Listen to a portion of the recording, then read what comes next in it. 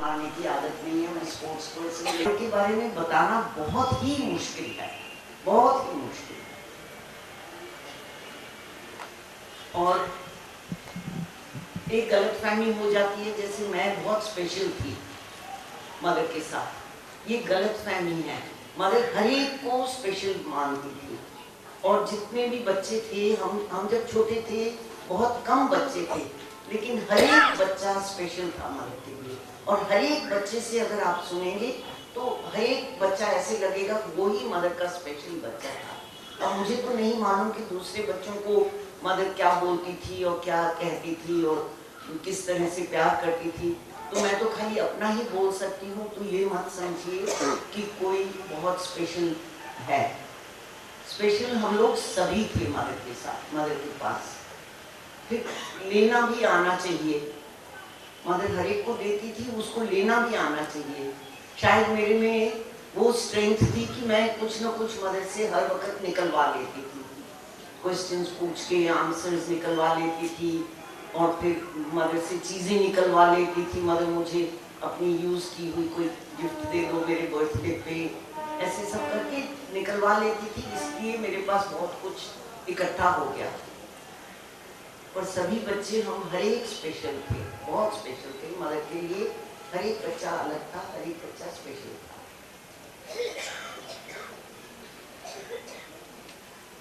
मैं छोटी थी तब से मुझे मालूम है कि पिताजी पौंडीचेरी जाते हैं, हर दर्शन पे जाते थे। क्यों जाते थे, क्या होता है, हम लोगों को कुछ भी मालूम नहीं था। और ज़्यादातर तो मैं लाहौर में अपनी नानी के पास रहती थी, और वहीं लाहौर में मुझे एक क्रिश्चियन स्कूल में, सेक्रेड हार्ट स्कूल में 7 साल की उम्र में बोर्डिंग में डाल दिया था पिताजी ने।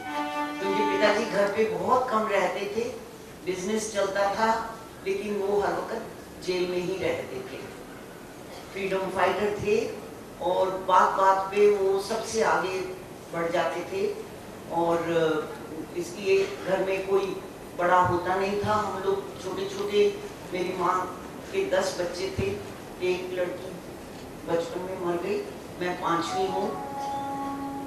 तो इतने सारे बच्चों को माँ के लिए संभालना भी मुश्किल होता था। और मेरे पिताजी के भाई बहन पिताजी से बहुत छोटे थे, भाई लोग, वो भी हमारे घर में ही रहते थे। तो हमारा घर भरा रहता था, और पिताजी की आदत थी हर वक्त गेस्ट ले आना। जब देखो 5 गेस्ट, 6 गेस्ट, कोई साधु, कोई संत, रास्ते से पकड़ पकड़ के भी ले आते थे घर में। तो इसलिए हम लोगों को सबको बोर्डिंग में डाल दिया था। मेरे 2 बड़े भाई घर से 100 मीटर दूर पे ही मॉडर्न स्कूल के बोर्डिंग में रहते थे, घर आ नहीं सकते थे। मेरी बड़ी बहन सर गंगाराम स्कूल लाहौर में भर्ती हुई थी, और वो था बिल्कुल कट्टर कम्युनिस्ट स्कूल। ये सरोजिनी नायडू की बहन चलाती थी वो स्कूल, वो प्रिंसिपल थी उस स्कूल की, और उस जमाने का बहुत अच्छा स्कूल माना जाता था। और मैं एक क्रिश्चियन स्कूल में, सेक्रेड हार्ट स्कूल में, जहाँ पे बिल्कुल वेस्टर्न सारे हमारे टीचर्स नन्स थी। मिशनरी स्कूल था, सब नन्स थी। और आज तक मुझे एक एक नन याद है, सब कुछ याद है। अब कल की बात मैं भूल जाती हूँ। जितने लोगों को मिली हूँ मैं 10 मिनट में याद नहीं कर सकती, भूल जाती हूँ। लेकिन उस वक्त की पुरानी चीजें सब याद रहती हैं। वहाँ पे हम लोगों को शुरू से ही पोक एंड स्पून से खाना पड़ता था, कांटे और चम्मच से। हम लोग हाथ से खाया कि हाथ पे बेंत पड़ता था। 7 साल की उम्र थी तो भी। और इंग्लिश बोलना पड़ता था। इंग्लिश नहीं बोलो तो फटाक से कोई पीछे से एक टीचर मार देगी। तो हर वक्त उनके हाथ में बेंत रहता था, बहुत स्ट्रिक्ट थी। 1 साल में रही, आज तक मेरा सबसे मिजरेबल साल वही था। कुछ नहीं करने देते थे, अपनी मर्जी से खेलना नहीं, कूदना नहीं, हंसी नहीं, मजाक नहीं।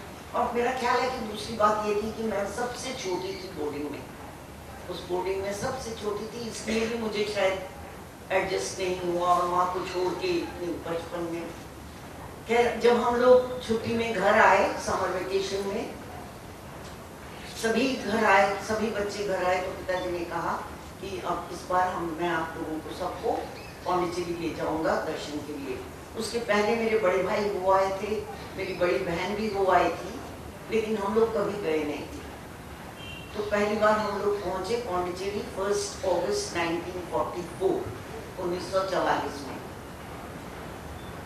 पौंडीचेरी उस वक्त बिल्कुल गांव था, कुछ नहीं था, रास्ते भी पक्के नहीं थे, कोई जूते नहीं पहनता था, सब चप्पल में घूमते थे, सब नंगे पैर घूमते थे, चप्पल भी नहीं होती थी, आश्रम से चप्पल देते थे, कुछ लोग पहनते थे, पर ज्यादातर लोगों के पास कुछ नहीं होता था। बिल्कुल लाइफ बहुत ही सिंपल थी। अब अगर कोई पूछेगा कि आप मदर को पहली बार देखा तो क्या, यही एक क्वेश्चन बहुत पूछते हैं। मुझे कुछ भी नहीं याद। मुझे याद है कि हम लोग लाइन में गए, मदर के पास गए, फूल लिया और आ गए, बस इतना ही मुझे याद है। अब कोई स्पेशल कुछ हुआ मुझे तो नहीं मालूम, मैं बहुत छोटी भी थी।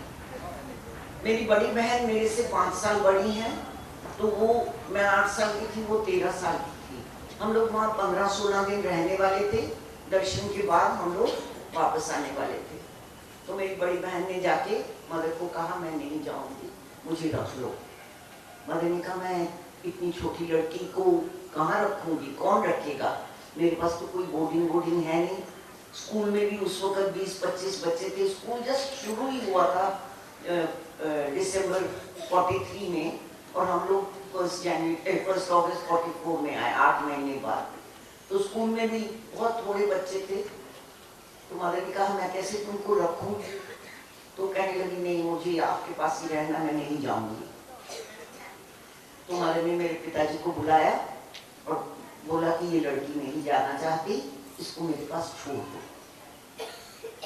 तो पिताजी ने कहा कि अब आप बोलेंगी तो मैं कैसे कुछ कह सकता हूँ, ठीक है मैं इसको छोड़ जाता हूँ। मदर ने कहा मैं देखूंगी कि मैं इसके लिए कहाँ जगह बना सकती हूँ। घर आए, लता दी ने आके हम लोगों को बताया कि मैं तो नहीं जा रही, मैं तो यहीं रहूंगी। फिर हम भी नाच पड़े, मैं भी नहीं जाऊंगी। फिर मेरा छोटा भाई, मैं भी नहीं जाऊंगा। सब मिलके हम लोगों ने, सबने शुरू कर दिया हम नहीं जाएंगे वापस। तो मदर के पास हम लोग गए, हम भी नहीं जाएंगे। कोई उसमें ये नहीं था कि कोई बहुत डीप रीजन था, दीदी नहीं जा रही तो हम भी नहीं जाएंगे, जो दीदी करेगी हम भी करेंगे, ऐसे था। तो हम लोग वहाँ रहने के लिए तैयार होने लगे। तो मदर ने फिर पिताजी को बुलाया और कहा कि ये सारे बच्चे यहाँ रहना चाहते हैं, तो मुझे तो बोर्डिंग खोलना पड़ेगा और मेरे पास तो कोई जगह है नहीं।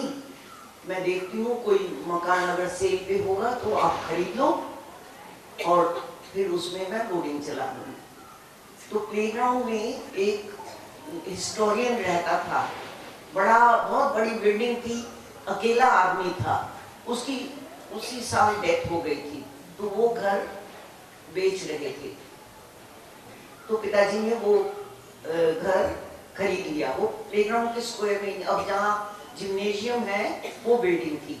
तो पिताजी ने वो घर खरीद के मदर के नाम से रजिस्टर करवा दिया। और हम लोग फर्स्ट बोर्डिंग के बच्चे को फिर 6 महीने लगे उसको तैयार करने में, वाइट वॉश करने में, रिपेयर करने में, और 6 महीने बाद हमारा 15 जनवरी को बोर्डिंग खुल गया। हम लोग बोर्डिंग में चले गए। तब तक मेरी माँ बैठी रही 6 महीने तक, फिर माँ भी दिल्ली चली गई। तो ये था कैसे पहला बोर्डिंग शुरू हुआ। उसके बाद एक दो बच्चे करके बोर्डिंग में आते रहे। हमारे बोर्डिंग में 20-25 से ज़्यादा एक साथ रह नहीं सकते थे, तो 20-25 बच्चे हम थे और खूब खेलते थे। एक चीज़ मैं और बताऊँ, वहाँ पौंडीचेरी जाने से पहले उस जमाने में किसी को नाम मीरा या औरबिंदु नहीं रखते थे। नॉर्थ में आजकल तो कोई नहीं रखता मीरा नाम, बहुत कम, बहुत ही कम, लेकिन उस जमाने में मीरा कॉमन नाम था। और मेरा बर्थ का नाम है मीरा, मेरे बर्थ सर्टिफिकेट पे मेरा नाम है मीरा। और पौंडीचेरी आने लगे तो एक मीरा और दिल्ली से हमारे पहले गई हुई थी। तो जो भी इंडियन जाते थे उसको मदर अंग्रेजी नाम दे देती थी, और जो भी फॉरेनर्स नाम मांगते थे मदर से उनको इंडियन नाम देते थे ऑलवेज। तो जो लड़की मीरा हमारे पहले गई थी उसका नाम मदर ने रख दिया फ्रेंच में आस्तेर। मेरी माँ कहने लगी ये क्या नाम है आस्तेर। फिर सबने कहा कि तुम्हारी बेटी का भी नाम कुछ ऐसा ही हो जाएगा, जाएगी पौंडीचेरी। मेरे को क्रांटन नाम नहीं चाहिए, क्रांटन मतलब क्रिश्चियन। मैं अपनी बेटी के लिए कोई क्रांटन नाम नहीं रखने वाली, तो घर से मेरा नाम तारा बदल के मेरे को पौंडीचेरी ले गए। तो इसलिए मेरा नाम वहाँ पौंडीचेरी हो गया, पौंडीचेरी में तारा हो गया। तो कोई लड़की मीरा उसका नाम आलिमा हो गया, एक लड़की मीरा उसका नाम ईरा हो गया, सबका वेस्टर्न नाम हो गए। खैर मनोज जो अभी ट्रस्टी हैं पौंडीचेरी में, मनोज दास गुप्ता, वो मेरे ही क्लासमेट हैं और वो शायद 1945 में थोड़े महीने बाद आए थे पौंडीचेरी, मेरे से बड़े भी है 1 साल। तो वो हाथ जोड़ के बोलते थे माँ से भक्ति मांगो, माँ से स्ट्रेंथ मांगो, माँ से लाइट मांगो, माँ से नाम कभी मत मांगना। ऐसे नाम दे देती थी। 3 लड़कियां थी छोटी छोटी, वो बहुत फ्रेंड्स थी, तो वो गई मदर के पास, मदर हमारा नाम रख दो। तो मदर ने उनका नाम रख दिया दो मी सोल। वो सा गा पा। वो तो तीनों लड़कियों का नाम ऑफिशियली दोमी सोल हो गया बहुत दिन तक। फिर बाद में बड़ी हो गई तो उन्होंने वापस अपना पुराना नाम यूज करना शुरू किया, लेकिन हम लोगों के रिकॉर्ड में वो सागा पाई ही थी बहुत साल तक। तो इसलिए वो मनोज बोलते थे कभी नाम मत मांगना मदर से। तो हम लोग पौंडीचेरी में रह गए क्योंकि हम लोग बोर्डिंग में थे, हमारे माँ बाप नहीं थे। तो मदर हम लोगों को थोड़ा सा खाने पीने के मामले में थोड़ा सा स्पेशल ट्रीटमेंट देती थी। जैसे मदर के लिए खाना बनता था किचन में, तो हफ्ते में 1 दिन हम लोगों के लिए बिस्किट आते थे, मदर के स्पेशल किचन के बने हुए बिस्किट। 1 दिन आलू की सब्जी तो डाइनिंग हॉल में कभी नहीं बनती थी उस जमाने में, तो आलू की सब्जी आ जाती थी 1 दिन हफ्ते में। 1 दिन हफ्ते में मुरमुरे आ जाते थे। ऐसे कुछ न कुछ 3-4 दिन हफ्ते में हमको मदर के किचन से स्पेशल खाना मिलता था। जो दूसरे बच्चे थे उनको बहुत ईर्ष्या होती थी कि ये बच्चे बोर्डिंग में हैं, इनको स्पेशल खाना मिलता है मदर से। और हफ्ते में 1 दिन हमको श्री अरविंदो का प्रसाद आता था। जो भी खाना डाइनिंग हॉल में बनता था वो सारा श्री अरविंदो, थोड़ा थोड़ा सब श्री अरविंदो के कमरे में जाता था और श्री अरविंदो टेस्ट करते थे, खाते थे या नहीं खाते थे या हाथ लगाते थे, मुझे नहीं मालूम, लेकिन वो रोज डाइनिंग हॉल में वापस जाता था और वो खाने में डाल के फिर बांटा जाता था। पर हफ्ते में 1 दिन वो बोर्डिंग में आता था, तो हम लोगों को सबको थोड़ा थोड़ा श्री अरविंदो का प्रसाद मिलता था। मेरी जो छोटी बहन थी वो कहती थी नहीं मैं नहीं खाऊंगी, ये श्री अरविंदो का जूठा है।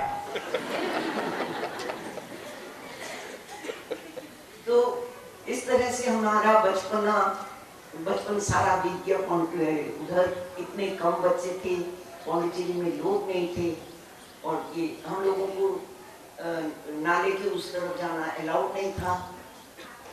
इस साइड में रोड्स भी हमारे प्लेग्राउंड थे, हम लोग रोड पे भी खेलते थे। सब जगह कोई व्हीकल्स नहीं थे। सारे पौंडीचेरी में 3 गाड़ियां थी, एक गवर्नर की, एक मदर की और एक सेल्वनाथन, एक बहुत अमीर आदमी था उसकी गाड़ी। बस 3 गाड़ियां। कोई गाड़ी भी आती थी हम लोग भाग के देखने जाते थे कि गाड़ी आ रही है। तो ये वैसा जमाना था पौंडीचेरी का। पुश होता था। जो ये फ्रेंच, वो तो फ्रेंच टाउन था, तो बहुत सारे फ्रेंच लोग रहते थे, तो वो फ्रेंच लेडीज पुश में जाती थी। वो पुश क्या होता था, एक तरह का कैरेज होता था, सामने कार के जैसे व्हील लगा रहता था और पीछे से दो कुली धक्का मारते थे। वो धक्का मारते थे, ये खुद उसको मैन्यूवर करती थी, लेफ्ट जाना है राइट जाना है। जहाँ वो सब वो टोपी पहने हुए, लंबे लंबे गाउन पहने हुए, पुराने ज़माने की जो हम पिक्चर्स देखते हैं वैसी लेडीज, ये हम लोग का कॉमन था। पुष्प सब जगह देखते थे। फिर धीरे धीरे कहाँ चले गए, एक पुष्प उधर म्यूजियम में रखा हुआ है, पौंडीचेरी म्यूजियम में है, बाकी सब खत्म हो गए। पौंडीचेरी में कोई सब्जी नहीं मिलती थी, इतनी कम सब्जी होती थी। घिया, तोरी, भिंडी और लौकी और एक होता था चौचो, उसको तमिल में चौचो बोलते हैं, वो होता था। बस इसी तरह की जो बच्चों को सब्जियां अच्छी नहीं लगती वही सब सब्जी होती थी। करेला। और डाइनिंग हॉल में मदर के पास उस जमाने में पैसे बहुत कम होते थे, स्ट्रगल कर रही थी मदर हर वक्त। रोज का खाना कैसे पहुंचेगा, कैसे पैसे आएंगे खाने के लिए। तो वो सब्जियां सारी एक साथ उबाल देते थे और उसमें पानी डाल देते थे। तो आप सोच सकते हैं कि भिंडी भी पानी में और लौकी भी पानी में, हर एक चीज पानी में बनती थी और हम लोगों को खाया नहीं जाता था।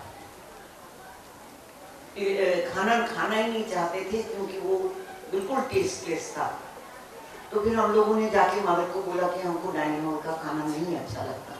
तो फिर मदर ने हमारे लिए अलग से स्पेशल बोर्डिंग में बनवाना शुरू कर दिया, क्योंकि दूसरे बच्चों की तो माएँ बना देती थी, हमारे पास कोई नहीं था बनाने वाला। तो हम लोगों के लिए स्पेशल खाना बनना शुरू हो गया। कुछ भी हम लोग रिपोर्ट करते थे, इमीडिएटली मदर उसको अटेंशन देती थी। और पर वही सब खा के आज ऐसे है कि मैं कुछ भी खा सकती हूँ, कोई चीज़ ऐसी नहीं मुझे नहीं अच्छी लगती, क्योंकि वो बचपन से वो खा के बिल्कुल टेस्ट हर एक तरह का डेवलप हो जाता है। और वो बहुत अच्छी ट्रेनिंग रही, बहुत ही अच्छी ट्रेनिंग रही।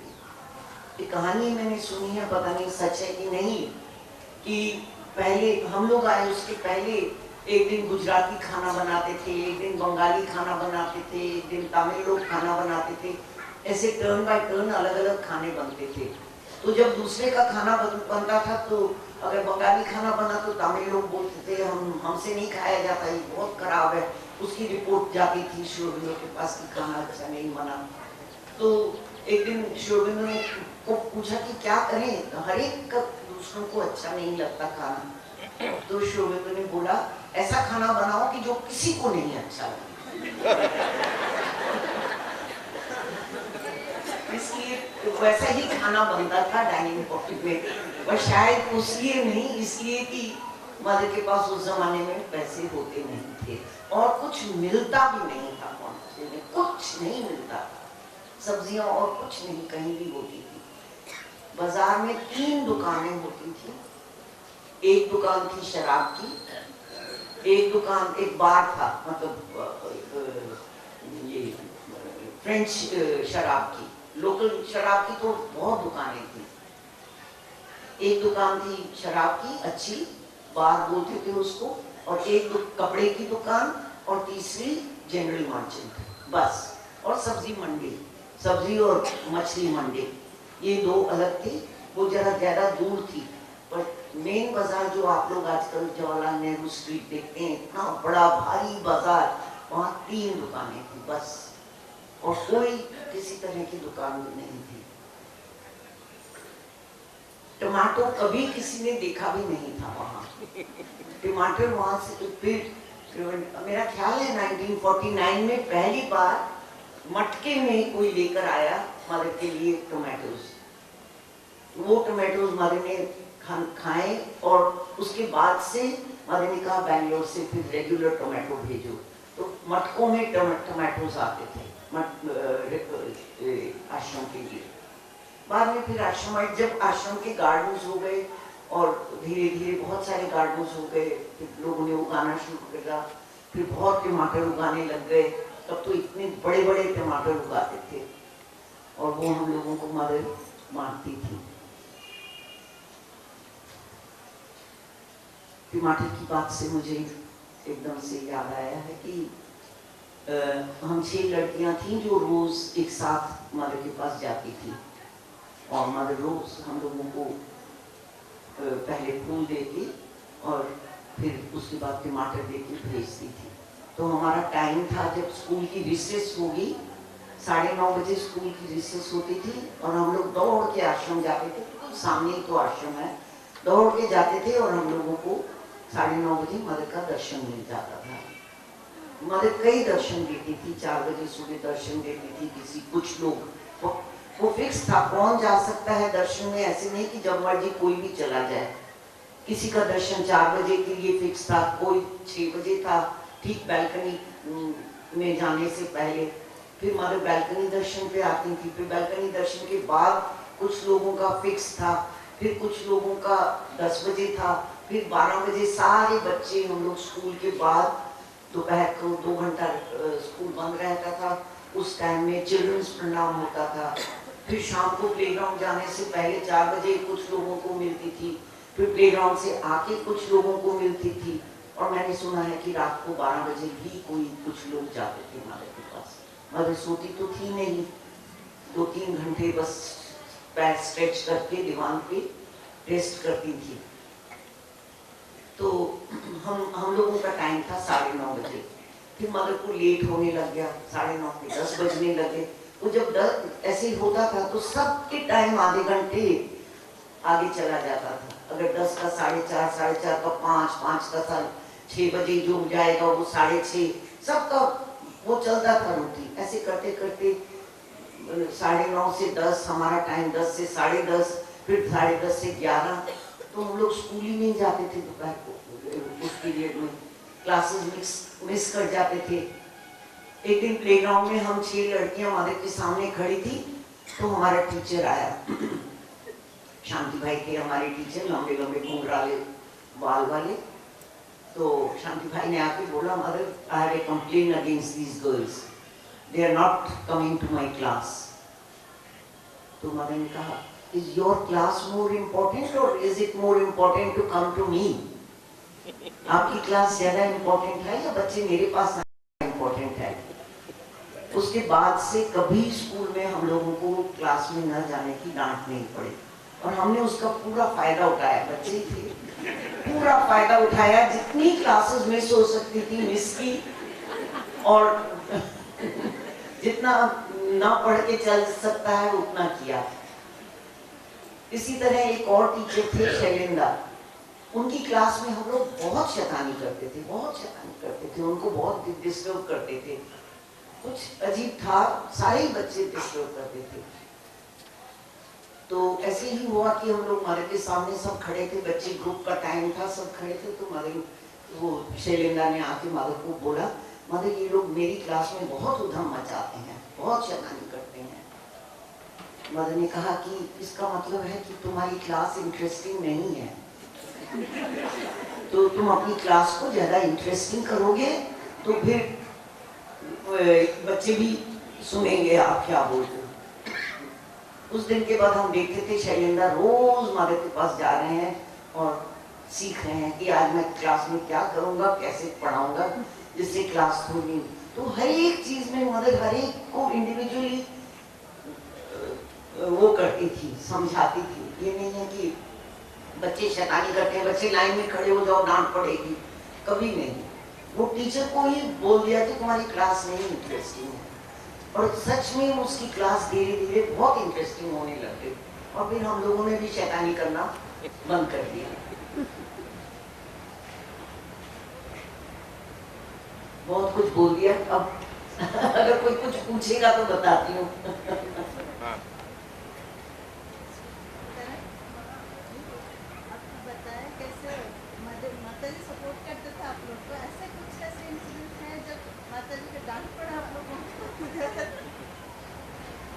मुझे पता नहीं, मुझे डांट पड़ी नहीं कभी, मदर ने मुझे किसी वक्त डांटा नहीं, लेकिन मैंने देखा है मदर को 1-2 बार डांटते, बट खास कुछ नहीं। 2 बार मैंने चांटा मारते देखा है मदर को। एक तो प्लेग्राउंड में मदर मैप के सामने मार्च पास्ट के लिए खड़ी थी और मैं ग्रीन ग्रुप की कैप्टन थी, तो मैं सामने खड़ी थी। मेरे पीछे लाइन में बच्चे शैतानी कर रहे थे, कुछ शोर मचा रहे थे, शैतानी कर रहे थे।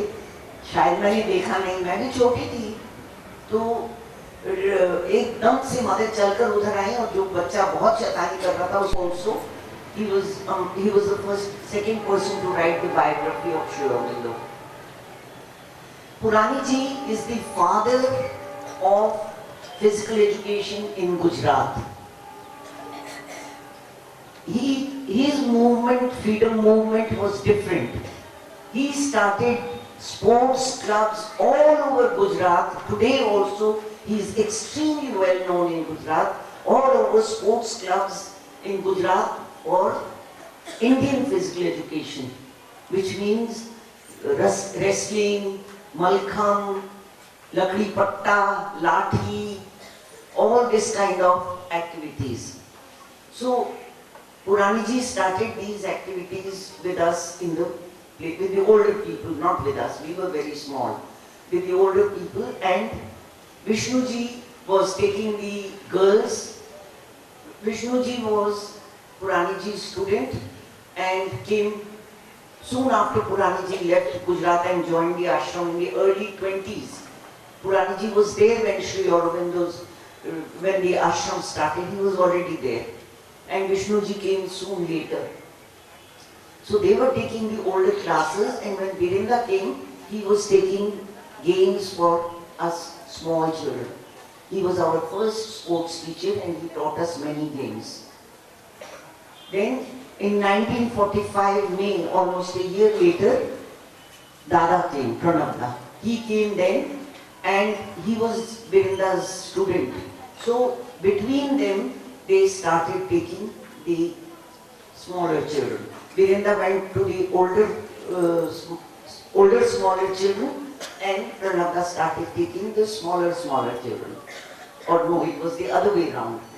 Pranabda was taking the older small children and Virendra was taking the very small children. And we were learning marching, we were learning games and everything. Then one day, Pranabda did not come to the group. So all of us, we were hardly 10-15 children. So we said, what has happened, why our teacher has not come? Let's go and find out. So Usha, my friend, and I went to his house and we went to ask him why he has not come. He said, don't come in. Stay outside and talk to me. He got conjunctivitis. So nobody was allowed to go near him. He said, I won't come for 3-4 days, 5 days. Then he said, what will happen to our group? He said, you both are captains. You go and take the group. Oh, we were very proud. So we became, and we started taking the group. And then mother was informed, and then mother told Pranabda that you should train these young people to become captains. Start training them from now only. So we became the first captains of the Green Group. I was 10.5 years old and my children were 9+. So that is how we started. And then this must have been in 1946-47 maybe. And then mother started coming to the building called Fanatre. They kept a table tennis table and mother started playing table tennis. When she started playing table tennis, then Dada had to go there. So in the evenings, Dada stopped coming to the Green Group class. So we became absolutely, by the time we were 12 and 13, Usha and me, Usha was older than me, we were already captains. And we were running the group as we wanted. But then Dada used to write and give us our lesson. Today you will do this, today you will do that. We were given written lessons. Then a time came when mother said all orders will be in French. Yesterday Prasad was speaking in Hindi. Till then it was in English. Stand at ease, attention. This is what we were doing. Mother said no, now all will be in French. So first lesson was translated by mother into French, and it was written in my notebook, and we used to learn the lesson by heart because we also did not know enough French, and we used to teach. Then the next lesson was written in Usha's notebook, and the third in mine, and I still have those notebooks which were of 1948, I think in the year 1948 when mother started giving the lessons. So that is how she trained us. And from the beginning, because Pranabda was not there, we did ourselves, we must have made thousands of mistakes. And since the children in our group were 1 or 2 years younger only, we used to have all kinds of fights also, and they wouldn't listen to us, indiscipline, everything. But slowly we learned and remained a captain as long as I was in Pondicherry till 1976. And by then I was captain of 2 groups, A1 and A2. There is one student of mine here, Sujata. The only thing she remembers about her group is that I pushed her from the 5-meter board. Allow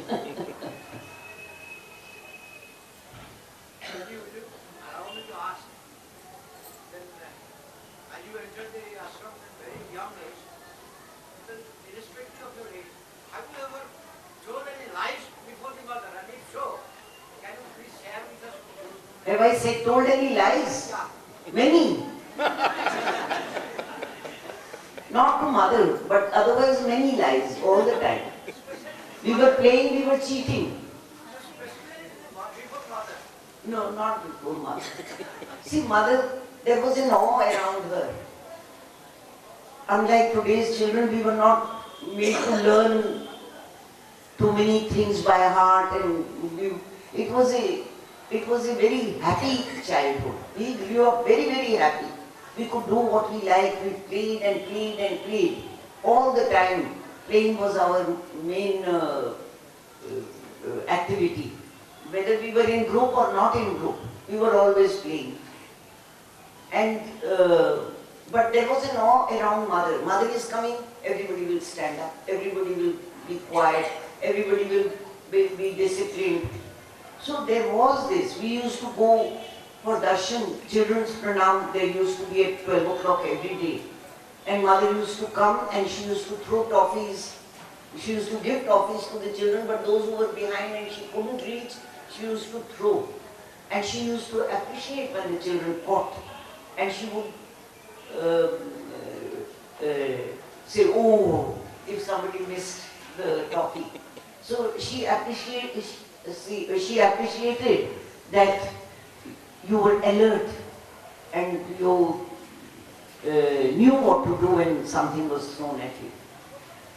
So we didn't tell lies, but as I said, 6 girls, we used to go up together to mother. I don't know how many of you will understand. मैं English में shift हो गई. Sorry. He asked in English, so English में हो गया. तो हम लोग 6 लड़कियां एक साथ ऊपर जाती थी मदर के पास. तो अब मदर का कमरा की जो ज्योग्राफी है शिवबिंदु के कमरे की, शिवबिंदु का कमरा है, फिर वो पैसेज है जिसमें वो टाइगर के 3 सिर पड़े हैं और फिर दर्शन रूम है. तो जहाँ पे टाइगर के स्किन पड़े हैं वहाँ से एक दरवाजा है जो खुलता था और एक छोटी सी जगह है जिसको छोटी सी लॉबी है जहाँ पे हम लोग वेट करते थे मदर के लिए. हम 6 लड़कियां वहीं बैठती थी. तो कई बार मदर को देर हो जाती थी तो हम लोग सुनते थे शिवबिंदु के कमरे में निरोधा सावित्री पढ़ रहे हैं और फिर शिवबिंदु करेक्ट कर रहे हैं. शिवबिंदु की आवाज मैंने सुनी है तो शिवबिंदु करेक्ट कर रहे हैं. तो हम लोग कहते थे कैसे शिवबिंदु को देखें, मैं दौड़ के अंदर जाके आ जाऊं? नहीं, मदर ने मना किया है, नॉट अलाउड. तो नॉट अलाउड, मदर ने मना किया है, मतलब ओबीडियंट थे. वैसे जितनी मर्जी शैतानी करें पर इतनी वो थी कि अगर मदर ने कोई रूल बनाया तो फॉलो करते थे. तो इसलिए बहुत सिंसियरली फॉलो कर रहे थे कि अंदर जाना मना है. अब कैसे शिवबिंदु को देखा जाए? तो ये दरवाजा था और उधर पे शिवबिंदु का दरवाजा खुला था पूरा. तो हम लोग पैर इधर रख के और लेट जाते थे। क्या मैं तो अंदर नहीं गई, मेरे पैर तो बाहर है, मारे ने मना किया है तो मैं तो अंदर नहीं गई। लेट के हम कोशिश करते थे शिव अरविंदो को देखने की, नहीं देख पाए, वो जरा ज्यादा लंबा होना चाहिए, डबल लेंथ, तभी देख पाते। तो इस तरह से था, ह्यूमन नेचर ही है, बच्चे ही होते हैं। और वैसे भी अगर मदर ने कहा है, हम अपने आप को हर वक्त चीट कर लेते हैं कि मदर ने मना किया, मैं तो नहीं गई अंदर, मेरे पैर तो बाहर हैं। So I'm not disobeying mother. I'm convincing myself that I am very obedient. So I always tell the children today, don't cheat yourself. Don't cheat yourself. That is the easiest thing to do. You cheat yourself all the time.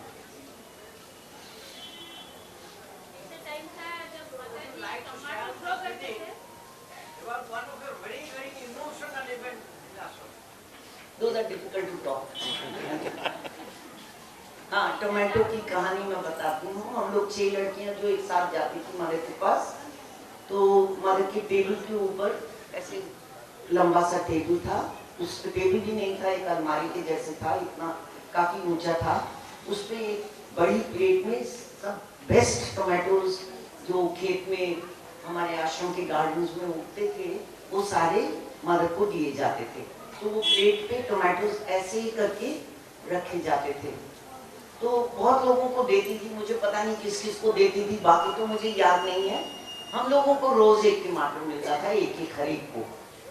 तो mother ऐसे करके टमाटर choose करती थी, ऐसे नहीं है कि यूं है तो कभी कभी 2 टमाटर नीचे रख के तीसरा टमाटर देंगी, हर एक के लिए चुनती थी मदर। टमाटर फूल भी चुन कर देती थी और टमाटर भी चुन कर देती थी।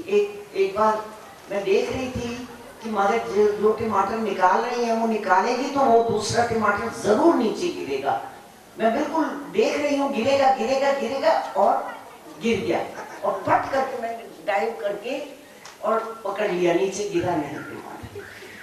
और मदर ने जैसे पता नहीं मैंने क्या कमाल कर दिया, मुझे एम्ब्रेस करके और किस किया, ऐसे जैसे पता नहीं क्या कमाल कर दिया मैंने।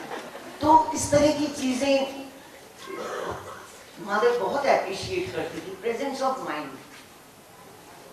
She was always giving importance to these things, presence of mind. और स्पोर्ट्स इतना करते थे तो वो तो देखते हैं बॉल कहाँ जा रहा है वो भी देखते थे, तो ये टोमेटो तो कुछ भी नहीं था। But I got a big hug from her. Wednesday classes, Friday classes mother कैसे ले रहे थे, उसके बारे में थोड़ा अपना एक्सपीरियंस बताएं। वो भी कुछ बोल रहे हैं।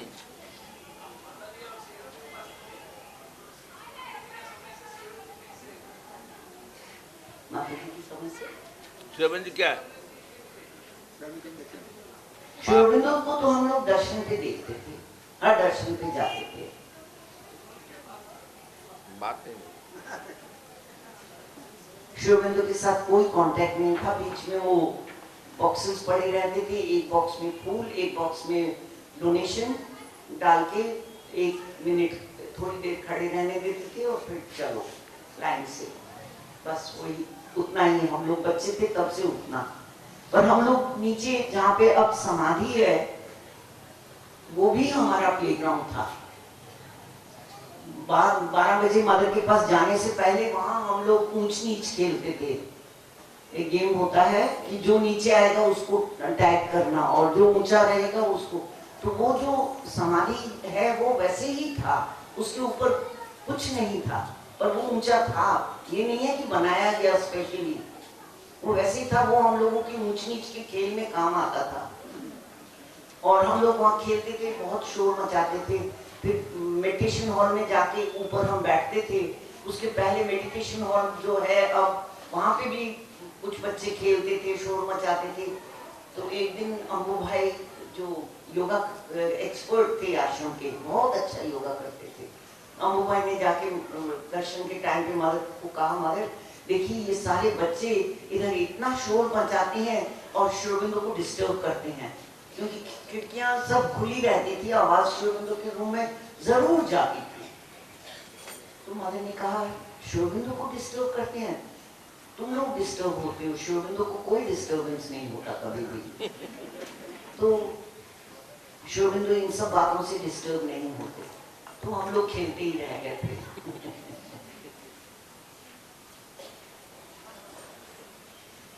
और क्लासेस का जो है वो मैंने बुक में तो लिख ही दिया है, मेरी बुक में। मैंने क्लास लेती थी 2 क्लासेस, और जो मेरी फ्राइडे क्लास की बुक है वो अभी प्रिंट होनी है, शायद सुजाता आके मेरे को हेल्प करेगी।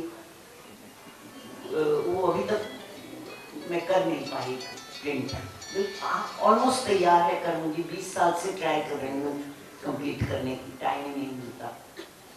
तो हमारे बच्चों की एक दिन वो मादे ने कहा कि नहीं, जब मादे ने हमारी नोटबुक में फ्रेंच में लिखना शुरू किया तो हमने भी बच्चों को बोला, मादे ने कहा है फ्रेंच में बोलना है तो तुम लोग सब फ्रेंच में बात करोगे। तो एग्री हो गए, सब बच्चे आपस में फ्रेंच में बात कर रहे थे। तो हमारे ग्राउंडनट देने आती थी, सबको बांटती थी ग्राउंडनट्स। तो वो ग्राउंडनट बांटते वक्त मदर को मैंने कहा, मदर अब ये सारा मेरा ग्रुप सब अब फ्रेंच में बात करते हैं, हम लोगों ने डिसाइड किया खाली फ्रेंच में बात करेंगे। तो उस वक्त कोकिला नाम की लड़की मदर के सामने थी। तो मदर ने कहा, ओह अच्छा, तो तू कितनी एज है? मेरा नाम कोकिला है। क्योंकि उसी ऑर्डर में स्कूल में सिखाते थे फ्रेंच में, what is your name, what is your age. तो उसने मदर ने पूछा व्हाट इज योर एज, तो कहती है माय नेम इज कोकिला। फिर मदर ने कहा, अच्छा फिर तेरा नाम क्या है? I am 6 years old। तो ये ऐसे क्लास शुरू हुई। फिर मदर ने देखा कि बच्चों को नहीं फ्रेंच कोई ठीक से सिखा रहा, क्योंकि सिखाने वाले भी ऐसे ही थे जैसे यहाँ पे इंग्लिश सिखाते हैं आप लोग। इंग्लिश खुद को आती नहीं लेकिन इंग्लिश पढ़ाते हैं क्लासरूम में। उसी तरह हमारे तब बचपन में फ्रेंच सिखाते हैं वालों को फ्रेंच आती नहीं। बाद में तो बहुत अच्छा हो गया था, शुरू शुरू में ऐसे ही था। तो मदर ने कहा मैं क्लास लूंगी फ्रेंच की। तो उस दिन से ये छोटे बच्चों की क्लास शुरू हो गई, फ्राइडे क्लास। मदर ने मुझे ही कैप्टन बना दिया और मदर बहुत इनकरेज करती थी, प्राइजेस देती थी, बहुत प्राइजेस देती थी। सुरेंद्र नाम के एक बूढ़े थे, बीमार रहते थे। वो प्रेस में जो किताबें बुलेटिन छपता था तो बुलेटिन की जितनी एक्स्ट्रा फोटोज छप जाती थी वो सारी इकट्ठी करके रख दी जाती थी। तो सुरेंद्र क्या करते थे, वो फोटोज को लेके उसमें मदर की फोटो कहीं ना कहीं चिपका के, जैसे कहीं और या बस बाहर से कोई फोटो लेके न्यूज़पेपर ये मैगजीन में कहीं लायन की फोटो लेनी हो। मुझे इसलिए याद है ये लायन की फोटो क्योंकि मदर को बहुत पसंद आई थी। एक लायन की फोटो थी और इन्होंने क्या किया, मदर डिस्ट्रीब्यूशन कर रही है, वो फोटो काट के और लायन के सामने लगा दिया। ऐसे लगता है जैसे मदर लायन को खाना दे रही है। तो मदर को इतनी अच्छी लगी। उसी तरह मदर को पहाड़ में हिमालय में बिठा दिया। मदर की चेयर पे बैठी है, वो मदर को काट के और हिमालय की पिक्चर लेके उसमें डाल दिया। ऐसे सब वो बहुत करते थे। मदर यूज टू एनकरेजिंग, बहुत एनकरेज करती थी। और वो सारी वो बाइंड करते थे पिक्चर्स को, बाइंड करके और मदर को ऑफर करते थे। वो सारी पिक्चर्स मेरे पास आ जाती थी और एक अलमारी थी उसमें मैं रखती थी। और जब भी मदर किसी बच्चे को प्राइज देती थी तो वो सब प्राइजेस देती थी। वो भी कभी पेन, पेंसिल, छोटे चिट पैड, बहुत कुछ रहता था जो भी मदर को मिलता था बच्चों के लायक। और वो आजकल के दिन नहीं थे, उधर उस जमाने में कुछ नहीं मिलता था। मैगजीन तक हम लोग नहीं देखते थे और न्यूज़पेपर्स भी 1 या 2 आते थे। और हम लोग स्टोरी बुक्स जैसे आज तो बच्चे फेंक देते हैं, इतना फेंकते हैं कोई हद नहीं, क्योंकि इतना एफ्लुएंस है। बाजार में जाओ, दुकानें दुकानें। हमारे टाइम में कुछ नहीं वो सब होता था। इसके लिए एक एक जो पिक्चर मिलती थी वो बहुत प्रेशियस होती थी हमारे लिए। मदर ने भी वो तो बात थी, लेकिन उसके अलावा हमारे पास कुछ नहीं होता था। We had no possessions, no possessions। तो ये एक पोजीशन हो जाता था। तो फ्रेंच वाली जो है ना डॉक्टर साहब नहीं पढ़े नहीं कुछ नहीं पढ़ा वो ठीक है बहुत हमारा सर एक बहुत नया ह्यूमरस एक्सपीरियंस। ये प्लेग्राउंड में मदर रोज आती थी और हफ्ते में 3 दिन उन्होंने डिसाइड किया कि मैं दादा की एक्सरसाइज देखूंगी। तो ये होगा 49-50 में शुरू हुआ होगा, 1949 में शायद। तो एक प्लेग्राउंड में तो कुछ हम लोगों के पास चीज़ें होती नहीं थी। हर एक जैसे कोई भी नई जगह पे शुरू होता है तो बिगनिंग में कोई कुछ नहीं होता, वहाँ पे भी कुछ नहीं था। और मैंने जैसे कहा कि बिल्कुल गांव था, तो एक बेंच था एक्सरसाइज करने वाला बेंच, जो हम लोग यूज करते थे अपनी जिम्नास्टिक्स और इस सब में, और वही बेंच उठा के मदर के लिए रख दिया कि मदर बैठ के प्रणवदा की एक्सरसाइजेस देखेंगी। तो मदर उस बेंच पे बैठ के देख रही थी। गौरी जी थी मदर के साथ एक लेडी जो प्लेग्राउंड में हर वक्त 5-7 लेडीज रहती थी मदर को देखभाल करने के लिए, तो गौरी जी मेन थी उनमें। तो गौरी जी ने देखा कि मदर ऐसे ही बेंच में बैठी है, तो दूसरे दिन एक कुशन ले आई, एक कपड़ा ले आई, तो वो बेंच को कवर करके उसके ऊपर कुशन रखा। फिर दूसरे दिन मदर वो कुशन पे बैठी, और हमारा बोर्डिंग उधर ही प्लेग्राउंड में ही था। तो हम लोग अपना ग्रुप खत्म करके जल्दी नहाने चले जाते थे और फिर नहा धो के दादा की एक्सरसाइज देखने आ जाते थे। और मुझे बहुत इंटरेस्ट था, मैं सबसे ज्यादा आती थी। तो दूर खड़े होके मदर बैठी हैं, तो वहां दूर खड़े होके देखती थी एक्सरसाइजेस। थोड़े दिन दूर देखा, फिर मैं थोड़ी पास आ गई, फिर हिम्मत करके एक दिन बिल्कुल मदर की बेंच के साथ खड़ी हो गई। वहां नीचे 3 लेडीज बैठी थी, इस तरफ 3 लेडीज बैठी थी, और वो बेंच का एंड था, तो मैं वहां आके खड़ी हो गई। तो मदर ने मुझे देखा और स्माइल किया और मुझे बुला के जो मदर के साथ जो लेडी बैठी थी, वो एक फ्रेंच लेडी, फ्रेंच डॉक्टर थी, उसको कहा हट जाओ और एक बच्ची को बैठने दो। तो वो लेडी एकदम ऐसे होके मदर की तरफ देख के उठ के खड़ी हो गई और गुस्से में सीधा प्लेग्राउंड के बाहर चली गई। मदर ने कुछ नहीं बोला, मदर ने मुझे कहा बैठ जाओ, मैं बैठ गई। फिर जब एक्सरसाइज खत्म हो गई तो मदर ने मुझे कहा तुम रोज इधर आके मेरे पास बैठा करो। मैं तो बहुत खुश हो गई कि रोज मदर के पास आके बैठ सकती हूँ। तो मैं आने लग गई, 2-3 दिन बैठी, तब तक शायद मदर ने वो उस लेडी को मना लिया होगा। तो वो लेडी एक दिन वापस आ गई और मैं ऑलरेडी बैठ गई थी। वो आई वापस, मेरे सामने खड़ी हो गई, उठो। तो मैं छोटी थी, चुपचाप उठने लगी बड़ी टिमिडली कि मैं उठ जाती हूँ, उसकी जगह है। मदर ने मेरे कंधे पे हाथ रख के मुझे वापस बिठा दिया और वो लेडी खड़ी रही, मदर की तरफ देखती रही। मदर ने कुछ नहीं बोला उसको और उसकी तरफ देखा भी नहीं। तो फिर जाके चुपचाप लास्ट में बैठ गई। उसके बाद से वो जगह मेरी हो गई और उसकी जगह उधर हो गई। आपने बोला कि आप जब छोटे थे तब पांडिचेरी गए थे पहली बार, तब आप माँ के बारे में कुछ नहीं जानते थे, लेकिन आप जब बड़े हुए तब माँ से अभी बता रही हूँ ना माँ के बारे में, बड़े हो के क्या हुआ।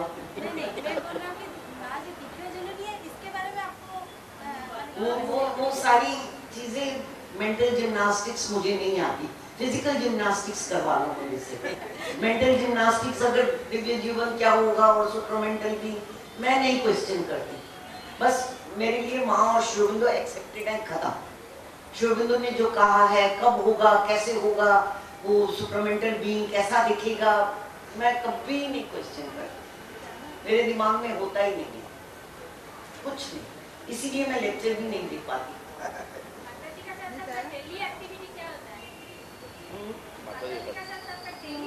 मेरी हम लोग तो थोड़ी देर के लिए जाते थे ना, फिक्स टाइम होता था, कभी 15-20 मिनट, आधा घंटा। और फिर मदर को जब लेट हो जाता था तो मदर, हम लोग छोटे थे तो शोर मचाते थे, तो कॉरिडोर के एंड में पवित्रता रहते थे, तो पवित्रता का रेस्ट का टाइम था और हम लोग शोर मचाते थे, तो मदर ने हम लोगों को कुछ नहीं कहा, लेकिन दूसरे लोग थे हम लोगों को डांटते थे, चुप करो, पवित्रता रेस्ट कर रहे हैं, शोर नहीं मचाओ। 2 दिन चुप करते थे, तीसरे दिन फिर शोर मचाते थे। तो मदर ने हम लोगों को गेम्स देना शुरू किया, बहुत सारे गेम्स। तो वो गेम्स हम लोग वहाँ बैठ के खेलते थे, तो फिर चुप हो गए थोड़ा। उसी गेम में मदर अपने आप फ्लावर का गेम बना के हम लोगों को दिया, और वो फ्लावर का गेम हम लोगों के लिए, वो पिक्चर एक लेडी थी, उसने पहली बुक बनाई इसकी फ्लावर बुक की, और फिर बाद में हम लोगों ने उसको ये करके, जब मैंने मदर के साथ काम करना शुरू किया, तब वो बड़ी फ्लावर बुक हम लोगों ने निकाली।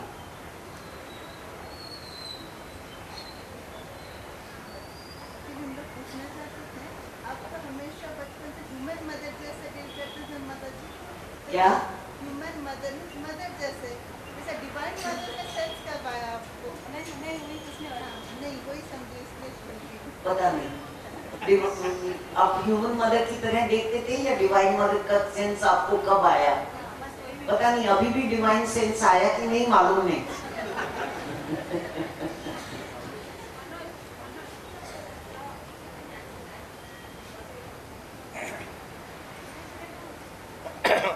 आप बोल रहे हैं कि हमको कोई स्पिरिचुअल बातें में इतना जानकारी नहीं है, लेकिन जो किताब है आपका, सारे के सारे जितना सवाल आप पूछे हैं सब स्पिरिचुअल ही हैं। कॉन्शसनेस का बारे में, साइकिक के बारे में कितना सारे आपने सवाल पूछे हैं, ये कैसे हुआ?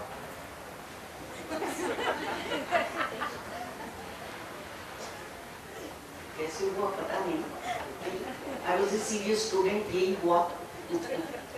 मदर की क्लास में मैं बहुत सीरियस थी। बाकी सब बच्चे स्कूल जाते थे, मैं स्कूल नहीं जाती थी, मैं खेलती रहती थी, और दूसरा तो मेरे पास टाइम था, तो मैं बैठ के शायद क्वेश्चन बनाती रहती होंगी। नहीं, वैसे भी I was much bolder than most people, most young in front of mother। बाकी चीजों में भी मैं बहुत बोल्ड थी, बहुत खुशी थी, और डर बिल्कुल नहीं था मेरे अंदर किसी चीज का भी। 5 मीटर से जंप करो तो बोला जंप करो तो जंप कर दिया। डर मेरे अंदर किसी चीज का नहीं था, इसलिए शायद वहां मदर के सामने बैठ के भी मुझे डर नहीं लगता था कुछ बोलने में। दूसरे बच्चे सब डर नहीं बोलूंगी, दूसरे बच्चों में एक मदर की तरफ एक ओ था, जिसकी वजह से टिमिड हो जाते हैं, तो वो पूछते नहीं थे। और मदर को बिल्कुल अच्छा नहीं लगता था कि कोई क्वेश्चन ना पूछे। 1-2 बार हुआ भी क्लास में कि मदर ने पढ़ा और किसी ने क्वेश्चन नहीं पूछा, मैंने भी नहीं, तो मदर उठ के चली गई। मदर ने कहा तुम लोगों को इंटरेस्ट ही नहीं है, तो मैं क्या करूं क्लास में, उठकर चली गई। इसलिए वो रोकने के लिए भी फिर मदर ने हमको कहा, जब हम 6 लड़कियां ऊपर जाती थी, मदर ने कहा क्यों तुम लोग क्वेश्चन नहीं पूछते, तुम लोग जो मर्जी पूछो, एक वर्ड में नहीं पूछ लो, मैं वहां से अपने आप जो बोलना है मैं बोलूंगी, पर कुछ तो पूछो। इसलिए मैं हर वक्त कुछ पूछती थी, प्रिपेयर करके भी ले जाती थी। तो जितने भी वॉल्यूम्स हैं 1951 से लेके 58 तक क्वेश्चंस एंड आंसर्स, वो पता नहीं 75% शायद मेरे ही होंगे, दूसरे भी पूछते थे, ऐसी बात नहीं है, लेकिन 75% क्वेश्चंस मेरी थी, क्योंकि मैं प्रिपेयर करके जाती थी। और दूसरे लोग मेरा ख्याल है जरा ज्यादा ही टिमिड थे।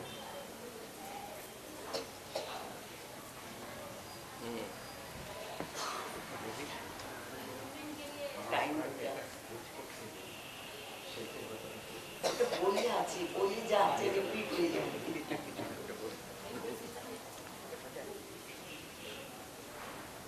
तो वो जो कह रहे हैं बताने के लिए, वो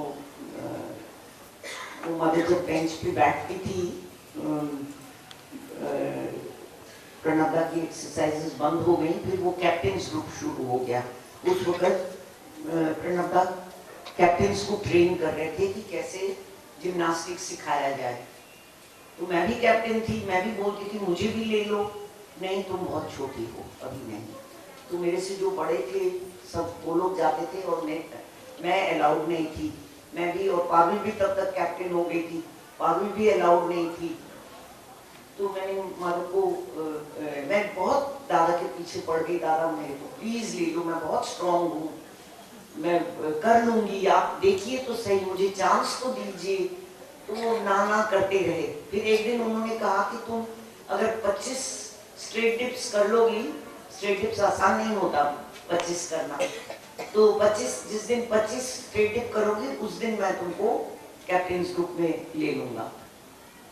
तो मैंने सारा दिन प्रैक्टिस करना शुरू किया, सुबह 10 बजे, 11 बजे, 12 बजे, रोज घंटों स्ट्रेट डिप्स करके 10-15 दिन में मैं तैयार हो गई। और उन्होंने मदर के सामने कह दिया, मदर ये रोज कहती है मुझे कैप्टन्स ग्रुप में, ये जब 25 डिप्स करेगी तो मैं इसको लूंगा, इसको ये कंडीशन है।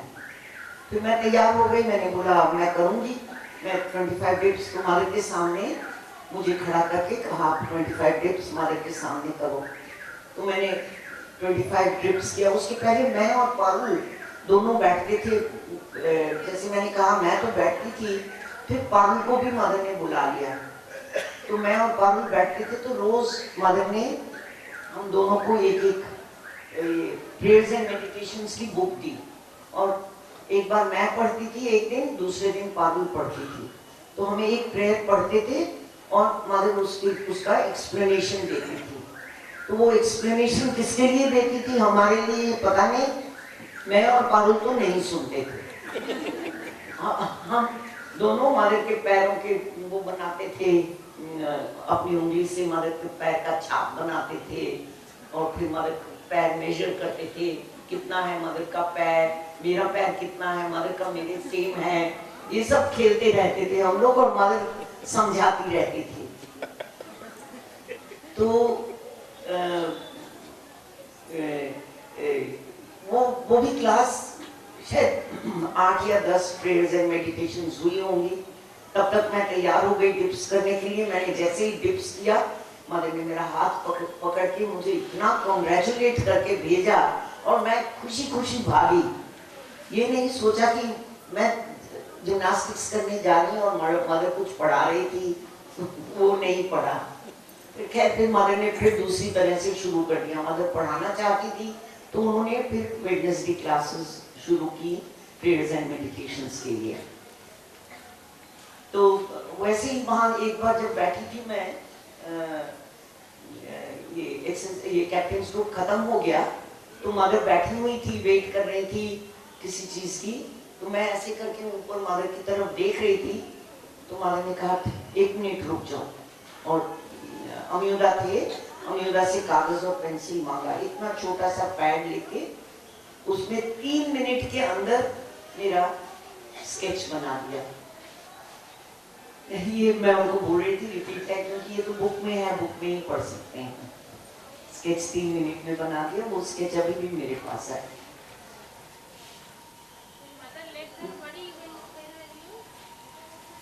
When mother left the body, I was there. I just came back from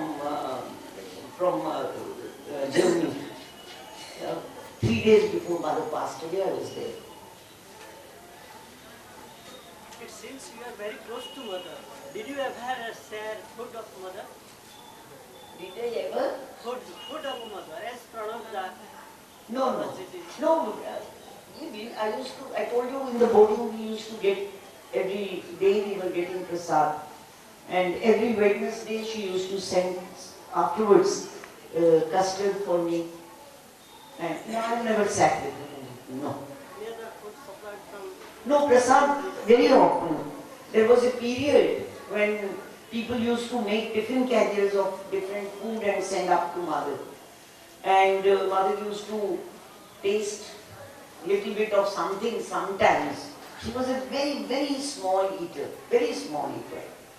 So sometimes she would taste something, and then the different carriers used to go around there. Dada and Udada and Gauri and Mona, they were eating with mother, 4 of them only, nobody else. So they used to take out from the tiffin carrier, eat what they want, and the rest of it used to come back to homes as prasad. My mother used to send a tiffin carrier on every child's birthday, so that we got back prasad from mother on our birthdays, and we used to eat that. So that way, and later on every Wednesday in her kitchen custard was made. So she used to eat custard, and then the remaining she used to put into a box, stainless steel dabba, which I still have today. 2 dabbas I have in which used to be sent for me. I used to take on Wednesday. So that way, if you mean shared, it is shared, it is. But I've never sat and eaten with her. No. The last one. The last one. Experience about the crocodile toy. Tortoise. Tortoise, sorry, tortoise. Tortoise, not crocodile. Tortoise, yes.